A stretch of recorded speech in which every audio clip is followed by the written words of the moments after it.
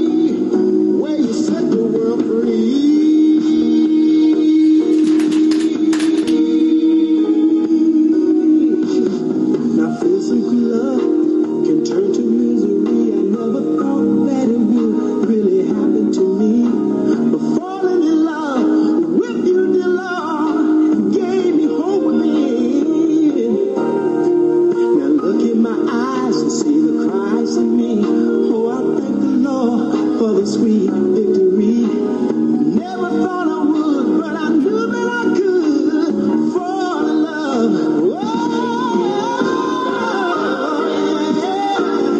take me, Lord, where you died for me, Lord.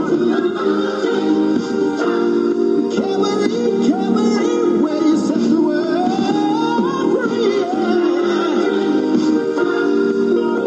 I can see where died for me, Lord. Calvary, where you set the world free, and you died for me.